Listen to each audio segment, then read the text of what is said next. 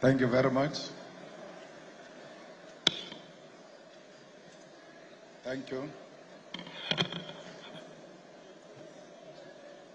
Let me take this opportunity to greet the governor of Enugu, to greet the Sultan of Sokoto.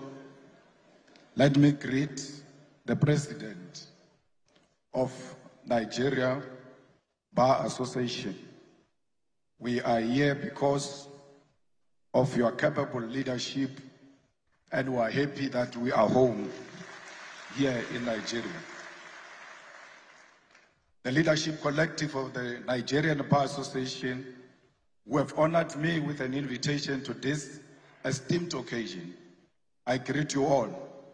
I further greet all members of the Nigerian Bar Association who are present here today, representing the legal fraternity of this great country, which remains a friend and ally of South Africa and her people. I'm humbled that you saw it fit to invite me to give an address to annual general conference, and by extension, that you saw it necessary to invite the EFF to give this keynote address. I imagine it was not an easy for a group of members of the law profession to reach consensus on who will address them, because your profession by nature is one of robust debate and contestation. So I understand here today. I stand here today proud because I know I'm a product of a robust debate and agreement by people who find it difficult to agree amongst themselves. Comrades and friends, the link between the legal profession and the cause for liberation cannot be separated. Because just like us, you are instruments of justice. While we wage our battle for freedom in the picket lines, through activism, protest, and participation in governance, it is you, the members of the legal profession, who interpret the laws we make, who practice the justice we seek to achieve, and who fight tirelessly for those who cannot defend themselves in the courts of law. It is a profession characterized by sacrifice, intellect, and a commitment to interpretation of the past in order to achieve justice, fairness, and victory in the present and future. For the activists, we have a history and dialectical materialism to guide us into leading society towards a better tomorrow. And for the legal profession, you have indigenous law, common law, case law, the Constitution, and statute, an objective reality to achieve not only personal victory, but to establish collectively laws that will govern others for decades to come. Our duty, however, and primary responsibility is not to maintain laws simply because they exist as they are today. Our duty is not to be instruments of injustice and neocolonialism. It is to be agents of change, and this demands of us to be brave enough to identify unjust laws, speak out, and form part of those that work tirelessly for our judiciary to be of service to our people. I say this not to encourage anarchy or lawlessness, but to draw us back to the difficult truth and reality that at times the laws has been used as a weapon of oppression. It has taken lawyers and activists to walk side by side, hand in hand, to stand up against laws that perpetuate the undermining of the dignity of the people. And we must all be alive to this history and this possibility today. This becomes even more important for us as Africans because for centuries, our very existence has been unlawful in the eyes of the oppressor. Our indigenous laws have been treated as inferior to Roman Dutch law or English law. To be an African has meant that for generations we are not worthy of the laws and the rights that make us human beings. And for that reason, it was legal to abuse us, to enslave us, to steal our mineral wealth and oil, and to destroy and kill our heritage, history, and even our lives. The legal profession you belong to, the political system we belong to, the judiciary and parliaments were created without us in mind. They were crafted at our exclusion and built to sustain our suffering. We now sit in the corridors which were built to break the back and the soul of African people. The demand then from those who died at the hands of this institution that we now serve is that we transform them so that they become instruments of the people. The demand from history is that we make being an African legal practitioner, that we make being African politician, an activist, and African in general something to be proud of, and that we make being an African a sign of life and prosperity. Therefore, comrades, we do not exist side by side to maintain the status quo, but we are here to make our profession serve the African child.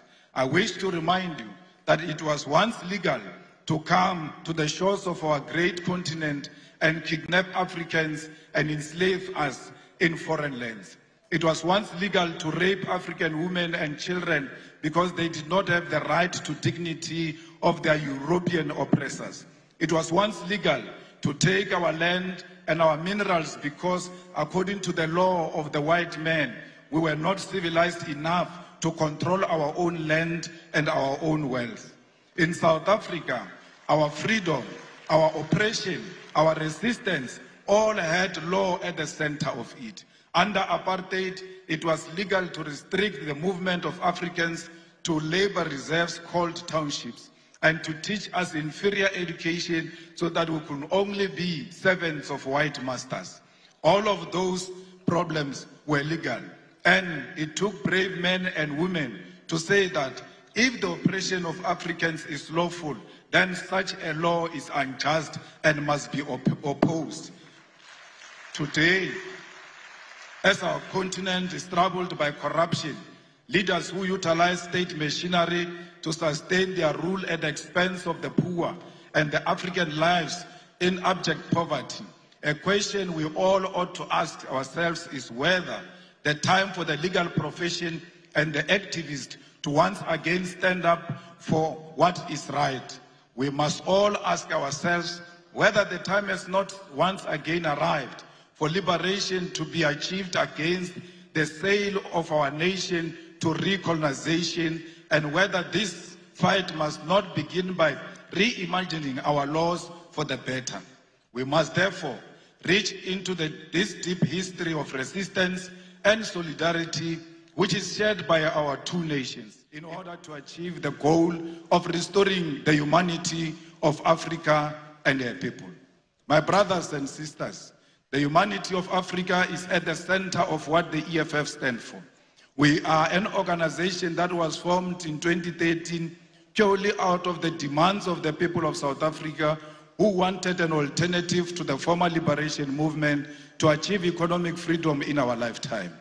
We are an organization which is born out of the blood of slain mine workers in an area known as Marikana, where 34 miners were shot down execution style, and the 13th anniversary of their execution was this month on the 16th of August 2025. Yet the families have not seen any justice. No one has answered for this grave injustice. It is out of this deep pain and disregard for African life that workers, miners, gardeners, petrol attendants, street dwellers, university students, professionals, and ordinary people of South Africa demanded that we form the economic freedom. We were formed to complete the liberation struggle, which was faced by compromised, betrayal, and corruption of the mission for the return of the land of South Africa to the hands of the people.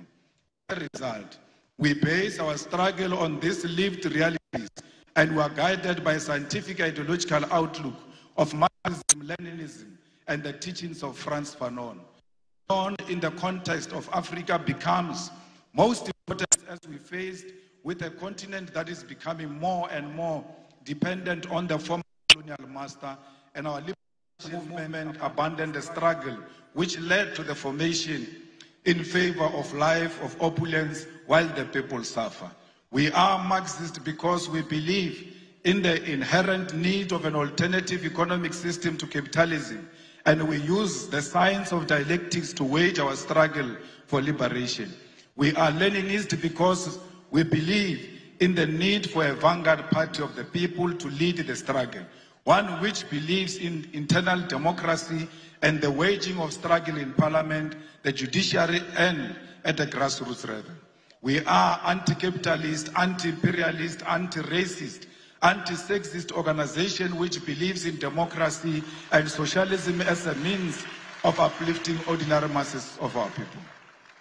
At the foundation of the EFF are what we refer to as the 7 non-negotiable cardinal pillars, which are expropriation of South Africa's land without compensation for equal redistribution in use, nationalization of mines, banks, and other strategic sectors of the economy without compensation, building state and government capacity, which will lead to abolishment of tenders, free decolonized education, healthcare, houses, and sanitation, massive protected industrial development to create millions of sustainable jobs, including introduction of minimum wages in order to close the wage gap between the rich and the poor, massive development of African economy, and advocating for a move from reconciliation to justice in the entire continent. Open, accountable, corrupt-free government, and society without fear of victimization by state agencies. These are briefly the guiding principles which make us, as the EFF, a revolutionary movement.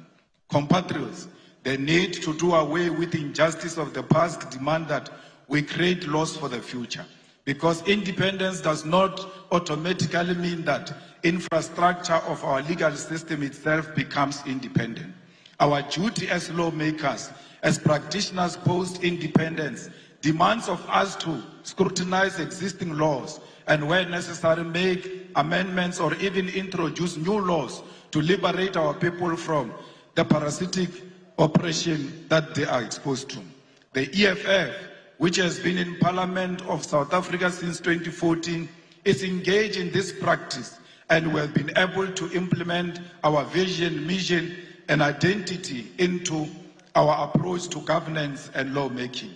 A few examples of how we have interpreted what needs to change at the level of governance and legislation in South Africa to enhance the cause for liberation is the introductions of the bills that were put before Parliament.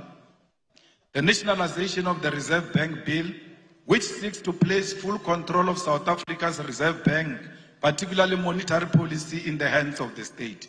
Further to this bill introduced by the EFF in Parliament seeks to broaden the mandate of the Reserve Bank in South Africa, which currently has private shareholding, towards alleviating unemployment and curbing economic stagnation, which is due to the Reserve Bank conservative and financial sector-orientated policy outlook.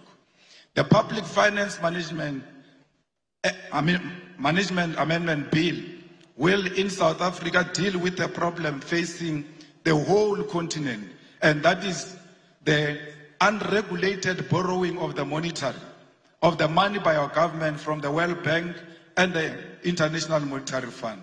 This bill, which we have introduced as the EFF, will require that National Treasury in South Africa first seek approval from Parliament to source foreign loans and establish transparency regarding such loans and their conditionalities. The debt trap of Africa to our foreign colonizers must be stopped, and that begins by regulating these loans that our leaders commit future generations to, because they will not be there when the colonizers come to collect. The Student Debt Cancellation Bill is a piece of legislation introduced by the EFF to ease the debt burden of young students who cannot access their qualification, seek employment using their qualification, or pursue postgraduate studies because their qualifications are withheld due to debt. Student debt is an obstacle to the youth who have no source of income because they cannot access their degrees, and equally cannot generate a source of income because they cannot prove that they are qualified due to their qualification being withheld. The need to unlock this qualification possesses a major opportunity to grow our expertise in our country and promote education to be at the center of our developmental objective. Insourcing Bill seeks to do away with the exploitation of labor brokers and consultancy firms which are draining the public finance of government in South Africa. In our country, the most basic of service which ought to be conducted through internal capacity are done on contractual basis and at inflated prices. The policy of outsourcing is at the center of corruption as politicians establish companies to provide services such as cleaning, security services, accounting services, maintenance services, and many more to government at a ridiculous rate. How can you issue a tender to buy toilet paper? How come Director General doesn't know where the toilet papers are being sold and go and buy the toilet papers himself instead of issuing out a tender that is unnecessary? There are certain things that can be done by the government without involving the outside players. We don't want alcohol advertised in South Africa because they advertise alcohol through the means that is not a true reflection of alcohol. Why are you not advertising alcohol with drunkards and show people what alcohol will do to them? It cannot be that alcohol is advertised only with beautiful people at the beach. It must be a true reflection of what this will do to you. We have done the same before by banning the advertisement of cigarette in South Africa, and what is to follow is alcohol. The EFF is also engaged in many other programs that seeks to empower our own communities and make sure that there is local procurement. Why should a prison in Enugu should go and buy vegetables in Lagos? They must buy where they are to promote local economy and to promote their own economic growth. We cannot allow a situation where people who do not come from where we come from are actually not benefiting from what their government can provide.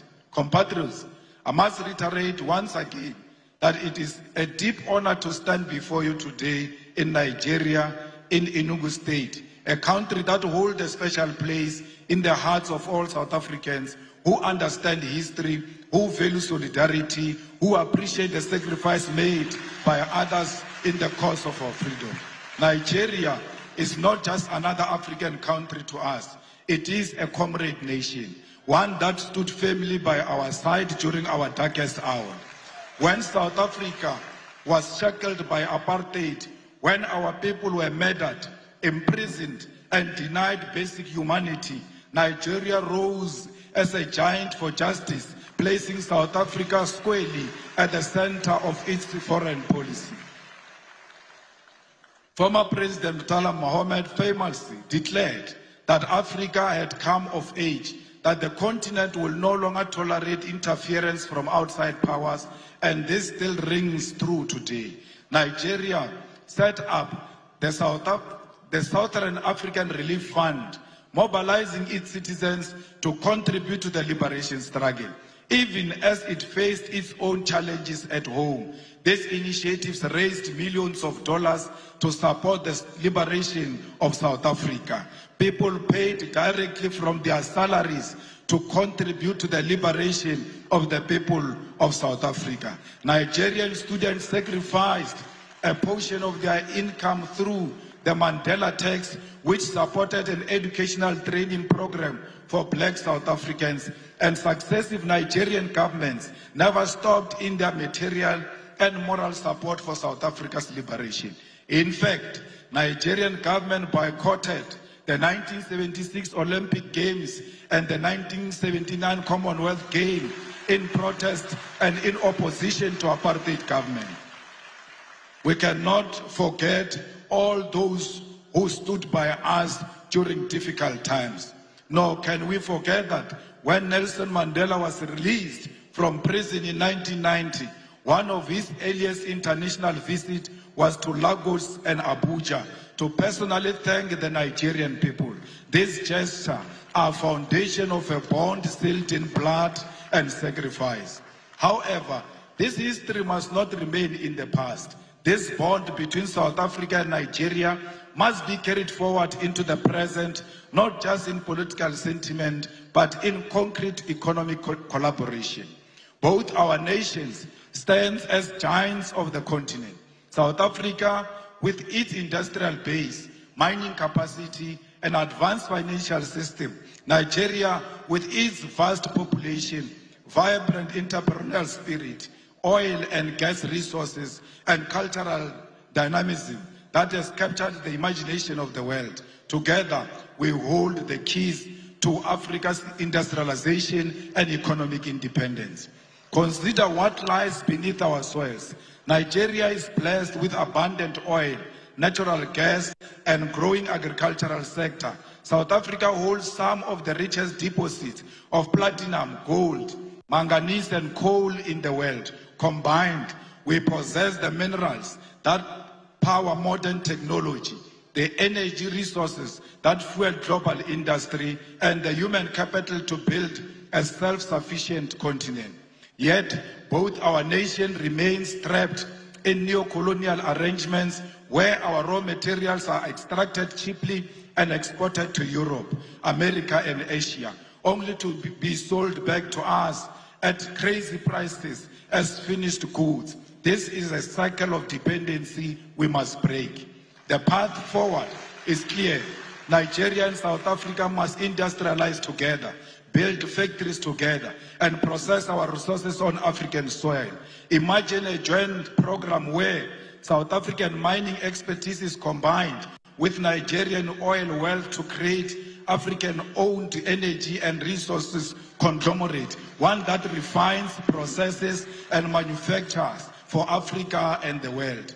Imagine agricultural cooperation where Nigeria fertile lands provide food security for the continent, supported by South African machinery, logistics, and technology. Imagine a collaborative investment in renewable energy, where South Africa's solar potential and Nigeria gas reserves are harnessed to build an integrated African power grid. Already, we have glimpses of what is possible. South African companies such as MTN, Spar, ShopRite, and MultiChoice have made significant inroads in Nigeria, creating jobs and bringing services. Nigerian businesses, investors, and cultural industries have equally expanded to South Africa. Nigerian music, filmmakers, writers influence South African culture, just as South African universities and industries provide platforms for Nigerian talent. But this cooperation has been uneven and at times marked by suspicion and the painful experience of xenophobia. Let me be unequivocal here. Xenophobia is a betrayal of African unity. It is a sickness born of poverty, inequality, and government failure.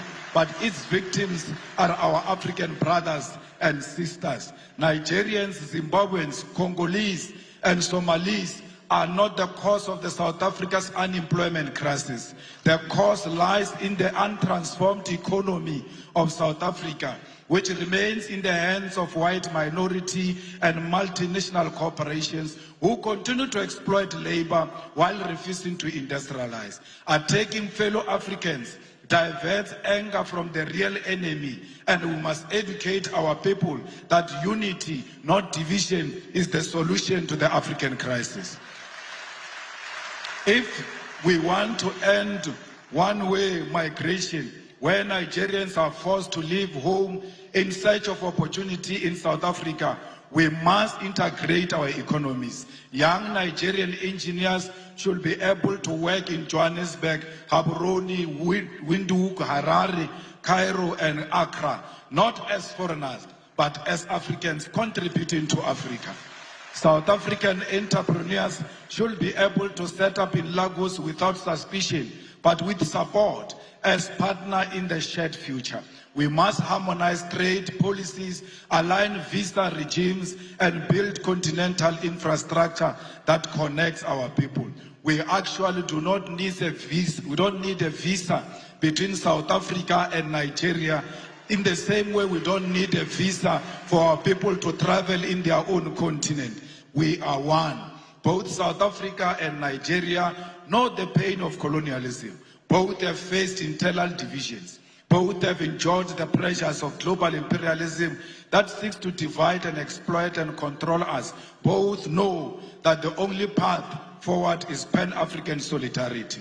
We must reject the illusion that our salvation will come from Washington, London, Brussels, or Beijing.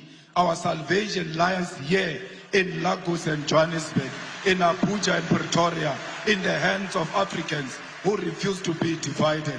Together, Nigeria and South Africa can lead African continent free trade area not as a paper agreement, but as a living reality that changes the lives of ordinary people. Together, we can demand fair trade, protect our industries, and invest in education, technology, innovation. Together, we can prove that Africa is not a begging bowl, but a continent of giants. We must prove to the whole world that we are not xenophobic, we love one another.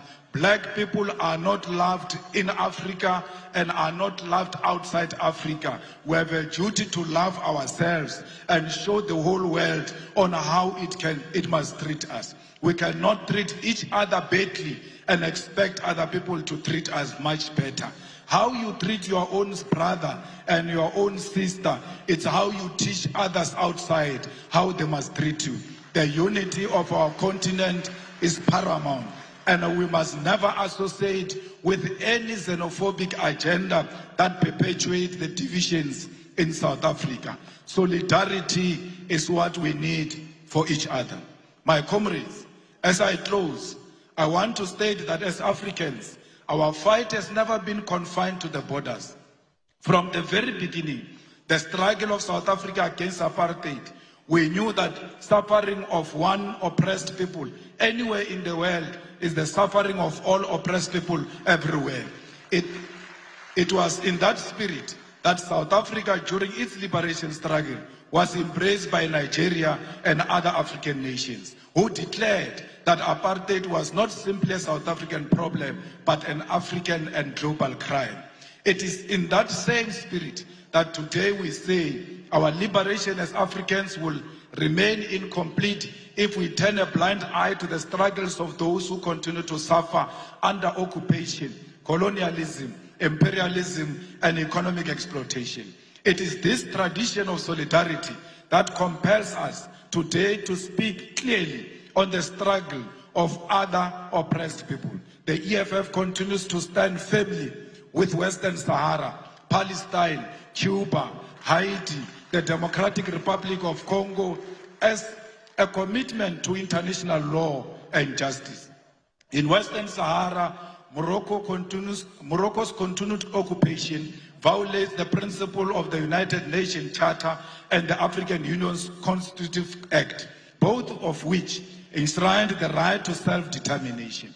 The International Court of Justice affirmed in 1975 that Morocco had no sovereignty over Western Sahara. Yet, decades later, the Sahrawi people remain dispossessed. In Palestine, we are witnessing one of the gravest violations of international law in modern history. The apartheid regime of Israel has for decades defied UN resolutions, the Geneva Conventions, and international humanitarian law. Collective punishment, the bombing of hospitals, the illegal taking of land, the killing of children, and the deliberate starvation of populations are crimes under the Roman Statute of the International Criminal Court. The world cannot remain neutral in the face of genocide. And just as apartheid South Africa was declared a crime against humanity, so too must be the international community recognize and act against Israel's apartheid and genocide.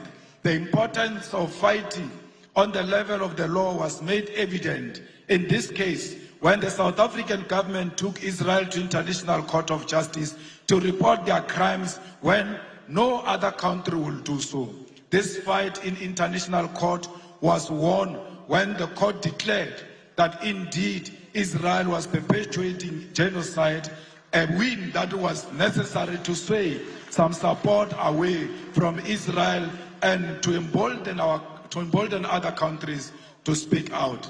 This fight also led to the International Criminal Court to issue a warrant of arrest for the Israeli Prime Minister Benjamin Netanyahu and his Minister of Defense for war crimes. This is the power of the legal fraternity in the global fight for the oppressed. However, the ICJ pace is slow and final judgment on charging Israel with genocide has not occurred yet. We must therefore confront the uncomfortable truth that the slow pace of these proceedings is not accidental, but reflects a global legal order designed and maintained under white supremacy. International law is swift and ruthless when prosecuting leaders of the global south, yet hesitant and cautious when dealing with crimes committed by Western powers or their allies. This is hypocrisy we must name without fear. When an African leader is accused, indictments are issued overnight, sanctions are imposed immediately, military interventions justified under the banner of international law. However, when Israel starves children in Gaza or the United States and its allies invade nations and topples governments, the same institutions suddenly discover restraint, complicity, and delay. As the legal fraternity of Africa, you cannot accept this double standard. You must be bold enough to create alternative and fair systems of accountability that do not bend to imperialist interests. If the so-called international community is unwilling to deliver justice in real time, then Africa must advance its own courts, its own tribunals, its own instruments of solidarity and protection. Just as we build liberation movements when colonialism denied us freedom, so too must we build new legal institutions when the existing ones fail us. In Cuba, for over 60 years, the United States has imposed an economic blockade in contravention of international law, including the principle of non-interference and the sovereign right of nations to choose their social and economic system. Despite this, Cuba has demonstrated a profound commitment to human solidarity, sending doctors across the globe, including to Africa, welcoming Africans into their classrooms and participating in the liberation of the oppressed. Cuba never sent their soldiers anywhere to kill anyone. Instead, they sent their doctors all over to go and save life. The tragedy of Haiti is one of historical injustice. Haiti's revolution was the first declaration of black freedom in the modern world, yet it was punished with centuries of economic sabotage and enforced debt. Contrary to any principle of justice, today Haiti suffers from foreign interference, the denial of sovereignty, and the imposition of external governance. International law demands reparation, debt cancellation, and the withdrawal of foreign forces so that Haiti can govern itself in dignity. We have seen DRC not experiencing peace because of its mineral resources. We must stand with DRC and demand that there must be permanent peace in DRC and everywhere else in Africa. Because DRC without peace, it will never experience economic growth. We are because DRC it is. We are the people of Southern Sudan. We must make sure that no single corner of Africa there are guns where Africans are killing each other. Africans must always be together against the enemy forces who want to exploit our country. We are here today to reclaim our land. We want the land of Africa to be returned to Africa because it belongs to the Africans. We want the minerals of Africa to be returned to the Africans because that's where they belong. We want to build industries in Africa and process our minerals here in Africa. We've got the capacity. We must never allow the imperialist forces to divide us in order to take our minerals from us. We demand one Africa. We demand borderless Africa. We demand Africa with one president, with one currency, with one military command, with one parliament, because we know the currency of Africa will be much more stronger against the American currency. We don't care what Trump thinks of us. He will never choose a policy position for Africans. We are not subject of Trump. We must refuse to be subjects of Trump. We must stand together as the world changes and show the world that Africa is one and Africa is equal to all nations, to China, to Russia, to America. We are not just a small nation. We are a big nation. We are not a dark continent. How can we be dark when we've got diamond that is shining amongst us? We are a shining nation. I thank you.